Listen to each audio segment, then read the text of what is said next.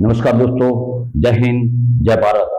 फिर मैं आपके सामने उपस्थित growth tips JP sir channel पे आपका हार्दिक अभिनंदन करता हूं और आपको आज मैं नेक्स्ट वीडियो लेके आया हूं। जो कल मैंने पढ़ाया था राजस्थान के भौतिक स्वरूप के बारे में, उनकी राजस्थान की जैसे उत्पत्ति, उनका निर्माण कैसे हुआ, तो प्राक ऐतिहासिक काल के बारे में बताया था। तो आज मैं इस राजस्थान के जो भौतिक प्रदेश है, जो 4 भागों में बांटा गया है, सामान्य तौर पे क्वेश्चन पूछा जाता है। प्रोफेसर विश्व मिश्रा के आधार पर अगर पूछा जाए तो 7 भागों में बांटा गया, उसके आधार पे। और सामान्य क्वेश्चन पूछा जाए कि राजस्थान के भौतिक प्रदेशों को कितने भागों में बांटा गया, तो आपको कंफर्म याद रखना है 4 भागों में बांटा गया। अगर भारत की बात आती है, अगर भारत में अगर सामान्य बात आती है, तो आपके 5 भाग याद रखना है। ये आपको तुलनात्मक याद हो जाएगा कि राजस्थान के भौतिक प्रदेश को कितने भागों में बांटा है। 4 भागों में सबको कंफर्म याद होगा। पश्चिमी मरुस्थल प्रदेश, अरावली पर्वतमाला, पूर्वी मैदानी भाग और दक्षिणी पूर्वी पठारी प्रदेश। मैं कोशिश करूंगा कि आज पश्चिमी मरुस्थलीय प्रदेश, अरावली पर्वतमाला, इन दोनों के बारे में बताऊंगा। नहीं, अगर वीडियो लंबा हो जाए तो फिर मैं इस टॉपिक को यहाँ तक पूरा करके फिर नेक्स्ट टॉपिक के बाद ये आपको पढ़ाऊंगा, अरावली पर्वतमाला। तो दोस्तों, आप सभी को खुशी है कि आपको growth tips JP sir channel पे अच्छा कंटेंट उपलब्ध कराने की मेरी पूरी कोशिश है, वो मैं कर रहा हूं। और आप भी इसमें अपने नोटबुक में पूरा एक वीडियो पूरा देखना है और लिखना है साथ साथ, और उसको बार बार रिवाइज करना है, ताकि आपको ये पूरा टॉपिक समझ में आए। उसके जैसे ही ये टॉपिक पूरा होगा, उसके बाद में मैं प्रश्न उत्तरी लेकर आऊंगा, ताकि आपको जो टॉपिक है वो आपके दिमाग में क्लियर सेट हो जाएगा। बहुत सारे स्टूडेंट ऐसे हैं जो स्किप करके देखते हैं, उनको वो समझ में नहीं आएगा। अगर आपको किसी भी एग्जाम को फाइट करना है तो आपको समझना पड़ेगा। मेरा काम है बताना, आपका काम है उसको रीड करना, और आप अच्छी तरह से उनको लिखें और आराम से पढ़ें। और मैं भी कोशिश करूंगा, अगर मेरी स्पीड तेज है तो मैं आज थोड़ी स्लो स्पीड में पढ़ाने की कोशिश करूंगा। तो हम पढ़ते हैं पश्चिमी मरुस्थलीय प्रदेश।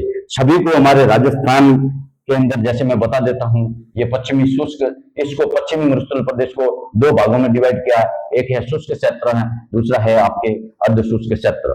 तो ऐसे में इसके बारे में आगे भी जो भूगोलवेत्ता हैं, जैसे तिवाता हैं, थॉर्नवाइट हैं, तिवाता, थॉर्नवेट हैं, और आपके कोपेन का वर्गीकरण, जिन्होंने 4 भागों में इसको डिवाइडेशन उन्होंने भी किया है, वो भी मैं समझाऊंगा नेक्स्ट टॉपिक इसके पूरा होने के बाद में, ताकि आपके क्वेश्चन कहीं से भी आए वो पुट यहाँ से हो जाएगा और आपको समझ में आ जाएगा। तो हम पश्चिमी मरुस्थलीय प्रदेश के बारे में बात करते हैं। तो मैं आप भी नक्शा बनाना है।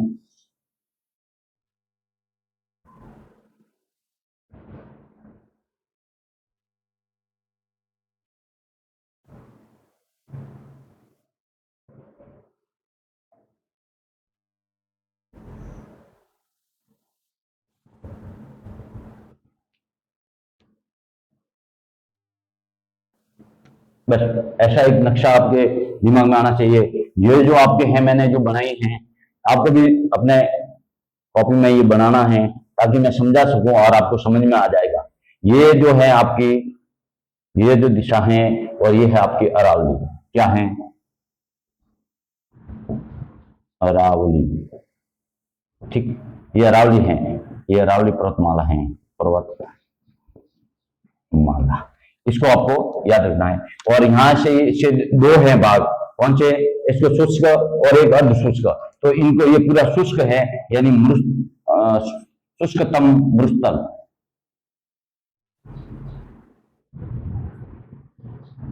शुष्कतम मरुस्थल, ये आपको लिखना है। यहाँ ये आपको इसको डिवाइड करना है। यहाँ आपके हैं घग्गर मैदान, घग्गर का मैदान साथ साथ लिखना है। उसके बाद में ये जो आपका एरिया है, ये वाला, ये आपका है शेखावाटी क्षेत्र। इसको, यहाँ वाले क्षेत्र को युद्धेय क्षेत्र भी कहते हैं। युद्धेय क्षेत्र, ये भी आपको साथ साथ याद कर देना है, युद्धेय क्षेत्र। ठीक है, ये है शेखावाटी क्षेत्र। ये आपकी जो अरावली पर्वतमाला है, ये जो आपका ये शुष्कतम जो क्षेत्र मुस्तल है ये आपकी 50 सेंटीमीटर समवर्षा रेखा है, समवर्षा रेखा, समवर्षा रेखा 50 सेंटीमीटर। और उसके बाद में ये डिवाइड करता है, ये राजस्थान का जैसे पूरा नक्शा है तो इसके अंदर ये है आपका पूर्वी भाग और ये है आपका पश्चिमी भाग, पश्चिमी। आपको समझना है, नक्शा बनाना है। ये आपका हो गया, ये आपका यहां से हो गया नागौरी उच्च भूमि, यानी नागौर उच्च भूमि, ये आपको लिखना है। नागौर उच्च भूमि हो गया। ये नंबर 1 गग्गर का मैदान, नंबर 2 शेखावाटी, नंबर 3 नागौर उच्च भूमि। ये आपका हो गया लूनी बेसिन, लूनी बेसिन यानी लूनी नदी यहां से निकलती हैं, वो वाला लूनी बेसिन हो गया। और ये आपका हो गया मरुस्थल वाला 5वां हिस्सा, मरुस्थल जहां है बालू का स्तूप मुक्त क्षेत्र। इसको मैं समझाऊंगा वापिस। ये आप ऐसे अपने नक्शे में पूरा एकदम बना दें कि भाई ये लूनी बेसिन हो गया, नागौर उच्च भूमि हो गई, और उसके बाद में आपके ये बालू का स्तूप मुक्त शेखावाटी क्षेत्र हो गया, अरावली होगी।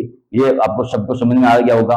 अब मैं आगे समझाता हूँ कि ये जो क्षेत्र हैं ये इस योद्धा क्षेत्र को कहते हैं। ये और कौन कौन से जिले यहाँ पड़ते हैं, तो एक बार जिले भी याद करना। गग्गर का मैदान कहाँ है, जैसे ये जो गग्गर नदी आती है, जो हमारे गग्गर नदी जो आती है हमारे राजस्थान में, तो हमारे श्री गंगानगर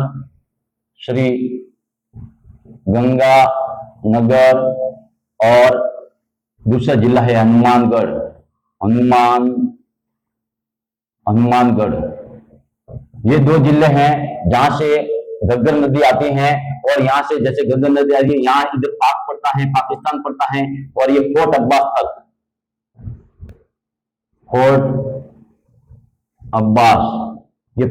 पाकिस्तान में पड़ता है। अगर ज्यादा बारिश आती है और ज्यादा पानी आता है तब ये क्या करता है, ये फोर्ट अब्बास तक पहुंचती है। नहीं तो ये आपकी गग्गर नदी है, जो मृत नदी है, ये आपके क्या है, आंतरिक नदी है। कौन सी नदी है, तो आंतरिक नदी है। आंतरिक यानी भूमि के अंदर बहने वाली आंतरिक नदी क्षेत्र। कौन सा, ये आपके गग्गर का मैदान वाला क्षेत्र। तो ये और सबसे बड़ी लंबी नदी भी है ये आंतरिक में, ठीक है। उसके बाद में आता है ये आपका शेखावाटी क्षेत्र। तो शेखावाटी क्षेत्र में आपको 3 जिले याद करने हैं, और आप तीनों जिले सबको याद होगा। शेखावाटी क्षेत्र में सीकर, चूरू और झुंझुनू।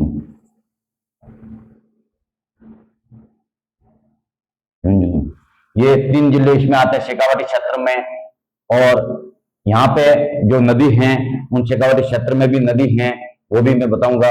अभी नागौर उच्च भूमि, इस नागौर में नागौर लिखा हुआ है, और दूसरा यहाँ पे पड़ता है बीकानेर। क्या पड़ता है, बीकानेर। तो ये बीकानेर डिस्ट्रिक्ट है, बीकानेर जिला। और नागौर जिले में कौन सी है, नागौर उच्च भूमि। जहां पे जो वो कहते हैं कुब्बड़ वाला क्षेत्र है, ये कुब्बड़ पट्टी, क्योंकि इनके अंदर जो जल है वो खारा जल है। कौन सा जल है, खारा जल है। और इसका जो पीएच मान है लगभग 10 pppa ये है। यानी इसलिए यहाँ क्या है, लोग कुबे पढ़ते हैं, क्योंकि यहाँ पे फ्लोराइड की मात्रा है वो ज्यादा होती है। फ्लोराइड की मात्रा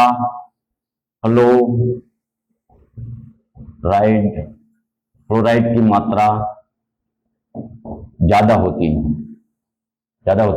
है। तो ये भी आपको याद रखना साथ साथ में। नागौर उच्च भूमि हो गया। अब हम आते हैं लूनी बेसिन के अंदर। तो लूनी बेसिन है, इसमें आपका कौन आएगा, यहाँ पाली आएगा, जालोर आएगा,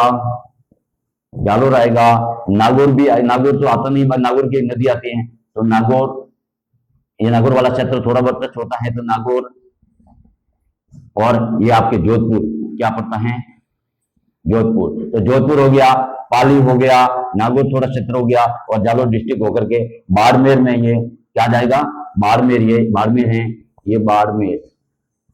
और जैसे लूनी नदी निकलती है तो हमारे अजमेर से निकल करके ये कहाँ जाएगी, जैसे अजमेर से निकली पाली, नागौर में एक नदी आकर के वो जोधपुर में मिलती है, फिर उसके बाद में ये पाली, जालौर और जोधपुर, फिर बाड़मेर, बाड़मेर में जाने के बाद बालोतरा के बाद, बालोतरा, बालोतरा के बाद ये खारी हो जाती हैं, खारी, वो मतलब पानी है इनका जो खारा हो जाता है, तो खारी नदी के नाम से जानी जाती है, तो खारी हो जाती हैं। आपको याद रखना है, खारी नदी हो जाती है। पहले इनका जल होता है जब ये अजमेर के नागपाट से निकलती हैं, अजमेर के नागपाट,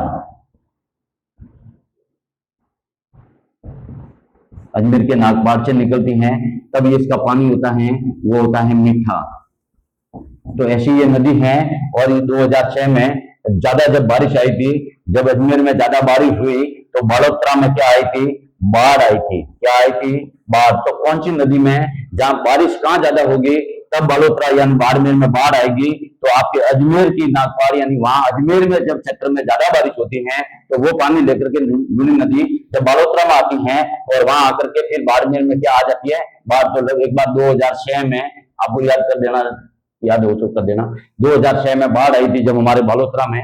तो ये अजमेर के नागपार वहां जब ज्यादा बारिश हुई तो ये पानी है ना यहाँ से बढ़ करके कहाँ आया, बाड़मेर आया, और बाड़मेर आकर के वहां पे बाढ़ का रूप धारण कर दिया। तो ये आपको लगभग कॉन्सेप्ट क्लियर हो गया होगा।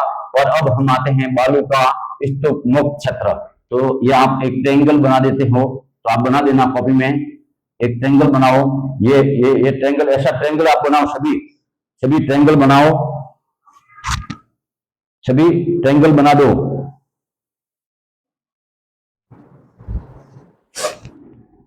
यहां पश्चिमी जोधपुर और ये उत्तर पश्चिम बाड़मेर और ये आपका पश्चिम जोधपुर है, सॉरी जैसलमेर है, जैसलमेर।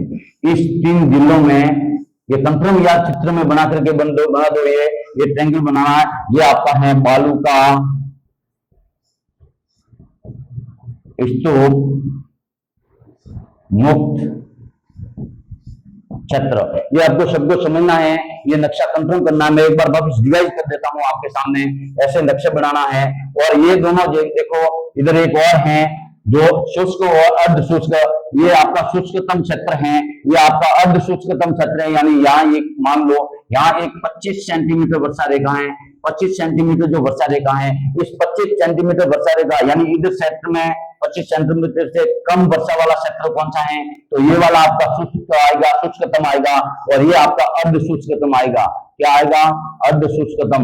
और अर्ध शुष्कतम इनको कौन सी वर्षा रेखा है जो 2 भागों में डिवाइड करती है, तो 25 सेंटीमीटर वर्षा रेखा, क्वेश्चन पुट हो सकता है। तो 25 सेंटीमीटर वर्षा रेखा है जो शुष्क और अर्ध शुष्क क्षेत्र को 2 भागों में डिवाइड करती है, वो है आपके 25 सेंटीमीटर वर्षा रेखा। और जो राजस्थान को 2 भागों में डिवाइड करती है, जो अरावली पर्वतमाला के वहां आसपास देखो अर्ध शुष्क क्षेत्र है और उनके किनारे पे 50 सेंटीमीटर सम वर्षा रेखा है जो हमारे राजस्थान को 2 भागों में डिवाइड करती है, राजस्थान को 2 भागों में डिवाइड करती हैं। और राजस्थान की जो औसत वर्षा है, मैं वर्षा आएगा तो पढ़ा दूंगा, बाकी फिर भी आपको एक याद हो जाएगा कि राजस्थान में जो औसत वर्षा है वो आपकी 57.6 लगभग 60 सेंटीमीटर है, 57.60 सेंटीमीटर लगभग इनकी औसत वर्षा राजस्थान की है। अगर आप भारत की भी याद करना चाहते हो तो औसत वर्षा अगर भारत की करना चाहते हो 110 सेंटीमीटर जो हमारे भारत है उनकी औसत वर्षा है, ये आप याद कर सकते हो साथ साथ में। तो मैं एक बार रिवाइज करता हूँ। हमारे उत्तर के अंदर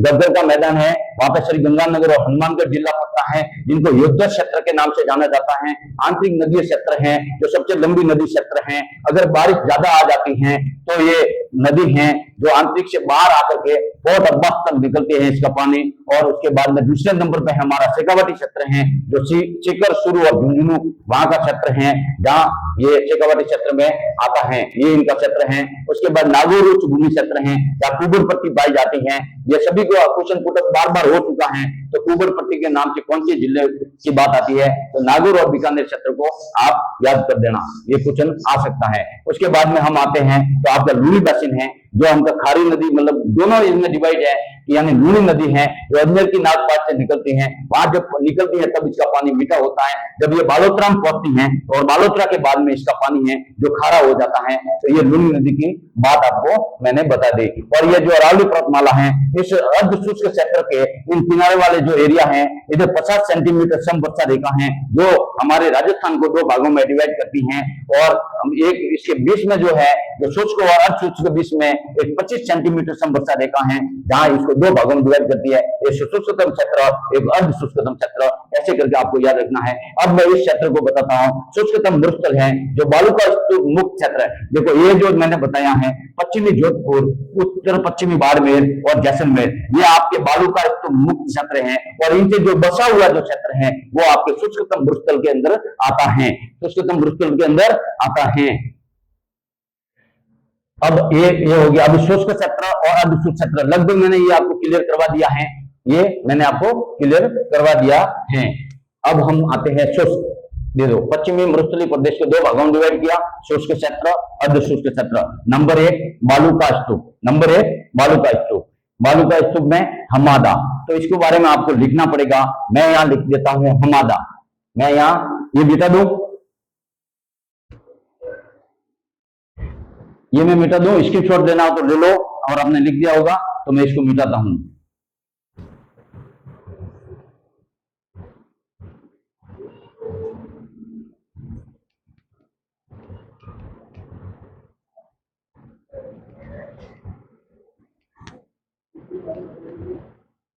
लगभग आपको समझ में आता होगा, और मैं कोशिश करूंगा कि आपको समझ में आ जाएगा। ये क्या है आपके हमादा, हमादा है, यानी ये मैं पूरा एक डायग्राम के आधार पर अगर आपको समझाना चाहता हूं तो हमारे जो मरुस्थल है शुष्कतम क्षेत्र हैं इनको मैं डायग्राम के आधार पर समझा सकता हूं। तो मैं इसको डायग्राम पे बनाऊं, अगर आप सभी हो तो मैं डायग्राम बना देता हूं। डायग्राम को आप लिखना है तो डायग्राम बनाओ। देखो ये ट्रायंगल बना दो आप ऐसे,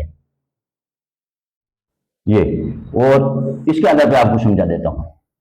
ये है, लेकिन ऐसा ऐसा बना दो तो बना दो आप भी, याद रहेगा आपको। क्या है, चित्र जल्दी याद हो जाता है, आपके माइंड में सेट हो जाता है, और क्वेश्चन में अगर आएगा तो हम बोलते हैं हमादा। क्या बोलते हैं? हमादा। हमादा का क्या अर्थ है ये समझना जरूरी है।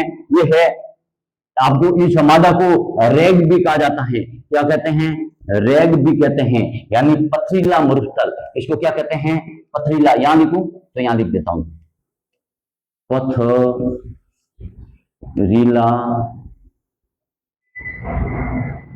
मरुस्थल, पथरीला मरुस्थल। ये जो पथरीला मरुस्थल है ये जल के आधार पर यहाँ पे पथरीला मरुस्थल पाया जाता है, उनको हम हमादा कहते हैं। और ये चट्टानी मरुस्थल भी कहते हैं, इसको पथरीला भी कहते हैं, या आपको चट्टानी मरुस्थल भी कहते हैं, चट्टानी मरुस्थल। हमादा को ये हमादा का क्वेश्चन यहाँ से पुट हो सकता है। आप सभी को हमादा के बारे में याद रखना पड़ेगा कि हमादा क्या है। और यहाँ पे देखो, एक नंबर पे हो गया आपका हमादा, दूसरे नंबर पे आप लिख दो शेज। क्या है? शेज। हमारे ये जो राजस्थान ने पूरे विश्व की बात करता हूं, जो मरुस्थल में ऊर्जा के क्षेत्र में, सौर ऊर्जा के क्षेत्र में, तो यहां लिख सकते हो आप सौर ऊर्जा, जो सूर्य द्वारा जो ऊर्जा प्राप्त होती है, सौर ऊर्जा के क्षेत्र में विश्व में सर्वाधिक सौर ऊर्जा प्राप्त करने, सौर ऊर्जा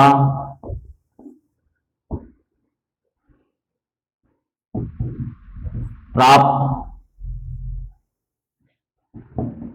होने की संभावना कहां पे है? आपके जैसलमेर। कहां पे है? जैसलमेर का जो क्षेत्र है, इधर लगभग जैसलमेर है, जैसलमेर के क्षेत्र, और यहाँ पे सौर ऊर्जा की संभावना है। इसलिए इसको क्या कहा गया है? शेड के नाम से solar enterprises zone, solar energy enterprises zone. तो लिख दो सोलर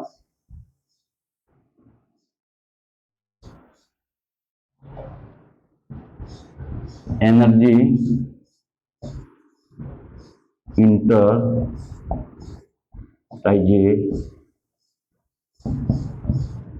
ये फुल फॉर्म पूछी जाती हैं। जो सोलर एनर्जी इंटरप्राइजेशन, ये इसके बारे में सोलर एनर्जी जो जोन है इनके बारे में भी आपको बताना चाहता हूं। यहाँ पे एक डिस्ट्रिक्ट भी पूछ देते हैं, जिले कितने हैं आपके, जिले कितने आते हैं, तो जिले में बता दूं 3 जिले आते हैं। नंबर 1 जैसलमेर हो गया, नंबर 2 जो आपकी जोधपुर हो गया, ये इधर जोधपुर लिख दो, ये है आपका जोधपुर, और ये आपका आ गया बाड़मेर। क्या आ गया, बाड़मेर। ये इस ट्रायंगल को भी याद कर सकते हो। और जोधपुर में भी स्थान है फलोदी, तापमान ज्यादा होता है, ये फलोदी है। देखो तो 3 जिले कौन कौन से हैं, नंबर 1, ये नंबर 1, नंबर 2 और नंबर 3। तो आपको ये भी याद रखना है कि जो सेज हैं, सोलर एनर्जी इंटरप्राइजेज जोन जो है, जो विश्व में सर्वाधिक सौर ऊर्जा प्राप्त होने की संभावना है, इसलिए विश्व में प्रथम स्थान पर कौन है, हमारा जैसलमेर है। ये जो सेज क्षेत्र है, जैसलमेर, बाड़मेर और आपका जोधपुर का फलोदी, ये जो एरिया है यहाँ पे सौर ऊर्जा प्राप्त करने की संभावना विश्व में सर्वाधिक है। और ये आपको याद रखना है। भारतीय मानसून का जुआ कहते हैं, ये तो कंट्रोल नहीं, ये इसमें नहीं है, ठीक है। तो ये सौर ऊर्जा वाला हो गया, सौर ऊर्जा वाला कंट्रोल हो गया। ये चित्र बना दो ताकि मैं नेक्स्ट पढ़ा सकूं, अब हम आते हैं, हमारा हो गया बालू का स्तूप। आपको मैंने बता दी, जो बालू का स्तूप होते हैं, ये हमारा जो जैसे रेगिस्तान है, और रेगिस्तान में सबसे ज्यादा बाड़मेर, जैसलमेर, गंगानगर, नागौर,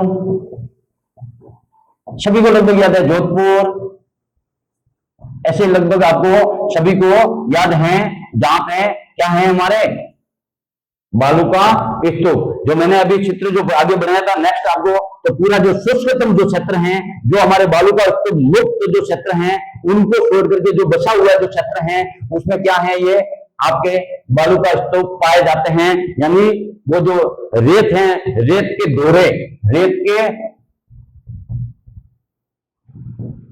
दोरे टीले आपने देखे हो, तो रेत के टीले होते हैं, उन्हीं को हम क्या कहते हैं, बालू का स्तूप कहते हैं। और बालू का स्तूप का मैंने चित्र समझा दिया, और बालू का स्तूप मुक्त क्षेत्र है वो भी मैंने आपको समझा दिया।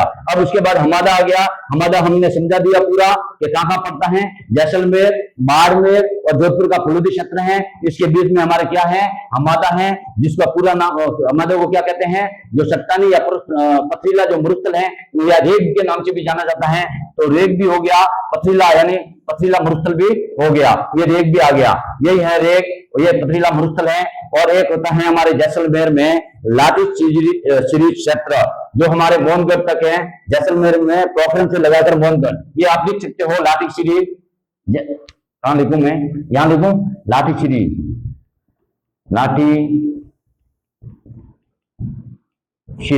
ये जो लाटीशिरी जो क्षेत्र है, ये आपके क्या है, ये भूगर्भिक चट्टान है, भूगर्भिक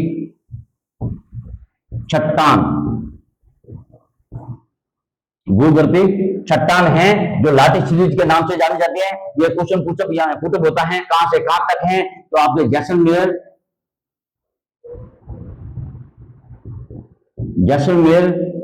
के पोखरण से लगा करके आपके मोहनगढ़ तक ये लाटीशिरी क्षेत्र पाया जाता है। और इसमें सेवन घास पाई जाती है। इस क्षेत्र में कौन सी घास पाई जाती है, जो सबसे प्रोटीन युक्त होती है, प्रोटीन युक्त सेवन घास पाई जाती है। क्या बात है, सेवन घास पाई जाती है, लाटीशिरी क्षेत्र में सेवन घास पाई जाती हैं, जो सबसे ज्यादा पशुओं के लिए प्रोटीन आहार उपलब्ध करवाती हैं। इसलिए ये चीज याद रखना है, लाटीशिरी आपके जैसलमेर के पोखरण से लगाकर मोहनगढ़ तक है, जो पाकिस्तान बॉर्डर तक है, वो है लाटीशिरी क्षेत्र। उसके बाद में है दरियन, ये भी हमारे रेत के टिल्ले हैं, जो दरियन के नाम से जाना जाता है। इसके बारे में याद करना है आपको, पलाया के बारे में, जिसको बालचंद के नाम से जाना जाता है। ये पलाया क्या होता है, ये क्या कहते हैं, जिस जिसकी कोई उम्र नहीं होती है, उन्हें अस्थायी झील कहते हैं। क्या है? पलाया, पलाया हमारे पलाया, पला पलाया, पलाया के बारे में लगना है अस्थायी झील, अस्थायी झील जो किस मौसम में होती है? आपके वर्षा के ऋतु में। किस ऋतु में?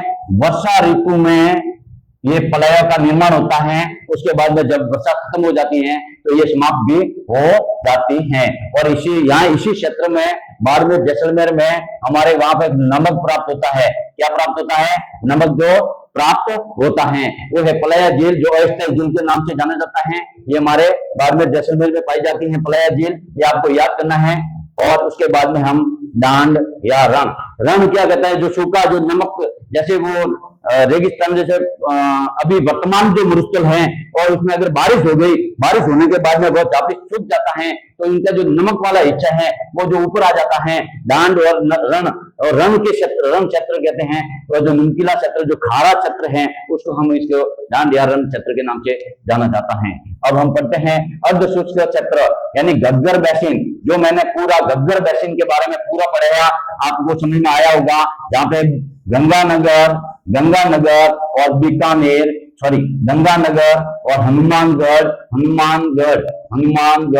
ये दो जिलों में आपके घग्गर नदी का क्षेत्र पाया जाता है। जो नदी जब बारिश ज्यादा हो जाती है तो ये पोर्ट ऑफ पाकिस्तान तक पहुंचती हैं। इस घग्गर नगर बेसिन में दो जिले आते हैं, ये आपको कंफर्म याद होगा।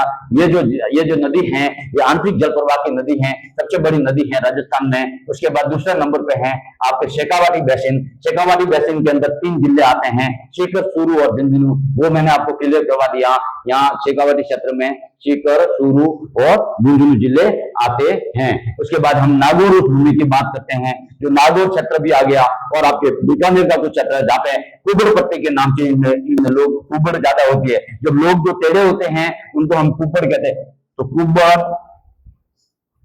पट्टी क्षेत्र कहाँ है? नागौर भूमि में। और उन जिलों की पूछे तो नागौर और बीकानेर का कुछ क्षेत्र, नागौर व बीकानेर का कुछ क्षेत्र इसमें आएगा, नागौर उच्च भूमि में। उसके बाद में लूनी बेसिन की बात आई। लूनी बेसिन हमारे राजस्थान की जो नदी है, जो पहले जब जहाँ से शुरुआत होती है, अजमेर की नागपाट से जब शुरुआत होती है तो ये मीठी होती है। और जैसे जैसे ये आगे बढ़ती हुई जालोर, पाली, जोधपुर में जाकर के उसके बाद बाड़मेर जाती है। बाड़मेर के बालोतरा में पहुंचने के बाद ये नदी है वो खारी बन जाती है, क्योंकि वहां पे वो क्षेत्र है, वो वहां की जो मिट्टी है वो क्या खारा है, खारी मिट्टी है। और इसलिए लवणीय होने के कारण वो वापिस खारी नदी के नाम से जानी जाती हैं। 2006 में यहाँ पे लूनी नदी में बाढ़ आई थी, और बालोतरा में जो बाढ़ आई थी वो कौन सी नदी में बारिश होने पे, किस जगह से बारिश होने पे बाढ़ आती है?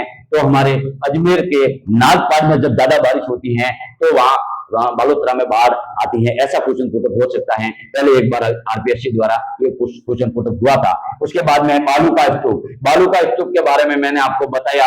जो बालू का स्तूप है और बालू का स्तूप मुक्त जो क्षेत्र है, पूरे नक्शे के आधार पर आपको बताया है कि जो बालू का स्तूप क्षेत्र है, पश्चिमी जोधपुर हो गया, ये आपके उत्तर पश्चिम बाड़मेर हो गया, उसके बाद जैसलमेर हो गया, ये जो 3 जिले हैं वहां पे बालू का स्तूप क्षेत्र रहता है।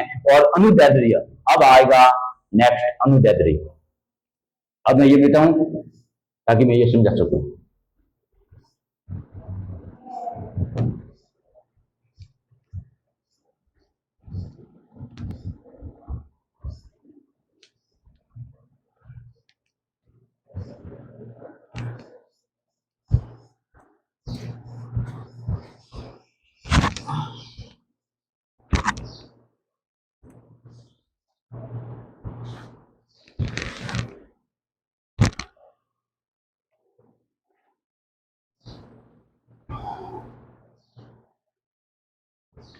कहाँ आया था?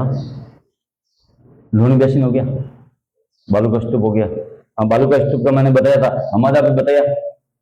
जो हमारा क्षेत्र था ये आपके शुष्क में आता है। अर्ध शुष्क में आपके बालू का स्तूप आएंगे, जो मैंने बताया था बालू का स्तूप। जब जैसे राजस्थान के नागौर वो जिले, और इनके बाद में दक्षिण वाले थोड़े जिले जैसे सिरोही हैं वो, और ऐसे करके ये जयपुर वाला ये एरिया, अजमेर वाला वो जो एरिया है वो बालू का स्तूप क्षेत्र हो गया। अनुदैर्ध्य, ये अनुदैर्ध्य हैं, ये रेखीय नाम से अनुदैर्ध्य या रेखीय क्षेत्र क्या है? ये भी आपके क्या है? ये भी दोहरे हैं, टीले हैं, बाकी कैसा? अनुदैर्ध्य, यानी आपके एक ही दिशा में, यानी दिशा की ओर अग्रसर, एक ही दिशा में चलने वाले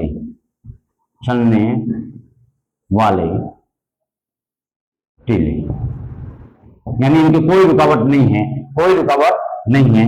जैसे मैं भी चित्र बनाऊं तो आप भी चित्र बना देना। ये मैं चित्र बना देता हूं आपको चित्र में, ये आपका यहां मैं लिख देता हूं अनुदैर्ध्य, अनुदैर्ध्य, ठीक है। और ये आपके ये टीले हैं, ये टीले हैं, ये भी टीले हैं, बाकी इनके बीच में कोई रुकावट नहीं है, एक ही दिशा में ये चलते हैं, यानी दिशा इनकी एक होती है, उनको हम क्या कहते हैं? अनुदैर्ध्य। नंबर 1 पूरा हो गया। अब नंबर 2 पे लेते हैं। अनुदैर्ध्य के बाद में आता है अनुप्रस्थ।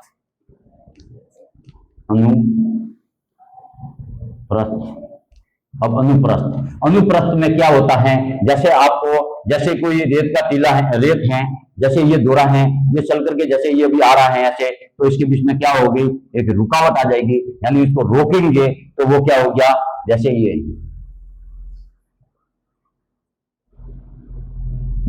क्या है? आपके अनुप्रस्थ है, यानी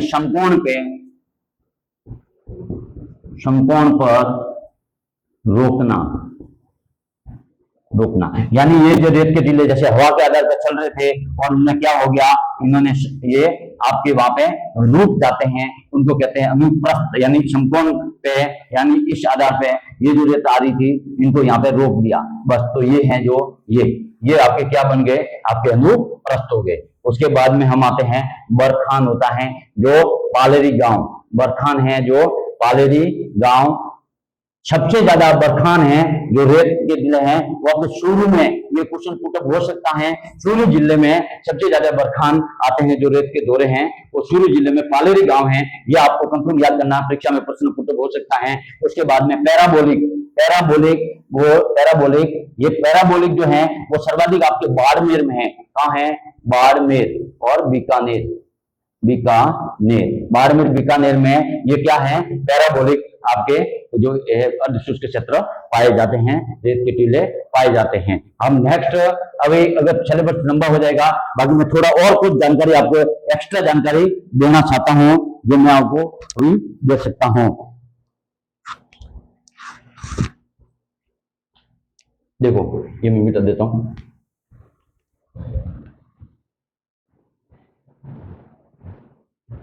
देखो राजस्थान में हमने क्या पढ़ा? पश्चिमी मरुस्थल।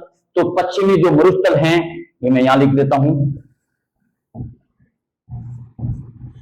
पश्चिमी मरुस्थल। ये हमारे राजस्थान के राज्य का लगभग कितना परसेंटेज है, ऐसा भी क्वेश्चन पुटअप हो सकता है। तो पश्चिमी मरुस्थलीय जो क्षेत्र हैं 61.11 आपको याद रखना है प्रतिशत। कितना प्रतिशत? 61.11% लगभग पश्चिमी मरुस्थल क्षेत्र जो हमारे राज्यों में हैं। और उसके बाद में यहाँ पे जो जनसंख्या है जो हमारी लगभग 40% जनसंख्या यहाँ निवास करती है। कितना परसेंट? इस मरुस्थलीय क्षेत्र में 40% जनसंख्या निवास करती है। किसी भी मरुस्थल के क्षेत्र में विश्व के अंदर सबसे सर्वाधिक अगर जनसंख्या का रुकावट है तो वो आपके 40% आपके पश्चिमी मरुस्थल राजस्थान के अंदर है, इधर राजस्थान के अंदर है। और अगर विश्व में सारा जो मरुस्थल है, जो मरुस्थल है,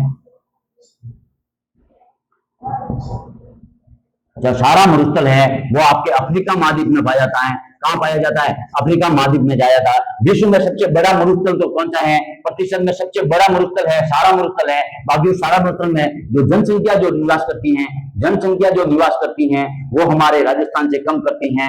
38% लगभग जनसंख्या है वो हमारे सारा मरुस्थल में निवास करती है। इसलिए प्रथम स्थान पर हमारा जो जनसंख्या के आधार पर 40% हमारे राजस्थान की ये पश्चिमी मरुस्थल में जनसंख्या पाई जाती है, ये निवास करते हैं। लगभग आपके मैंने लगभग समझा दिया है। कल मैं नेक्स्ट आपको अरावली पर्वतमाला के बारे में भी बताऊंगा। आपको ये वीडियो अगर अच्छा लगे तो अपने दोस्त के साथ शेयर करें और मेरे को लाइक करके मोटिवेट करें, ताकि मैं अच्छा कंटेंट आपके सामने ला करके उपस्थित करूंगा। मैं राजनीतिक विज्ञान के बारे में भी अभी सोच रहा हूं कि कोई टॉपिक राजनीतिक विज्ञान से भी संबंधित बताऊंगा, और डीट भर्ती का जैसे ही कंफर्म हो जाएगा तो मैं बैच शुरू कर दूंगा। फिर आपको सिलेबस के अनुसार टॉपिक भाई आपको बताता रहेंगे। फिर साइकोलॉजी भी आपको पूरा हिंदी, संस्कृत, साइकोलॉजी और राजस्थान जीके हो गया, आपके राज्य व्यवस्था होगी, उन सब के बारे में आपको मैं बताने की कोशिश करेंगे। कल हम नेक्स्ट पढ़ेंगे अरावली पर्वतमाला। अरावली पर्वतमाला के बारे में जो भी आएगा वो मैं पूरा समझाने की कोशिश करूंगा। जय हिंद, जय भारत।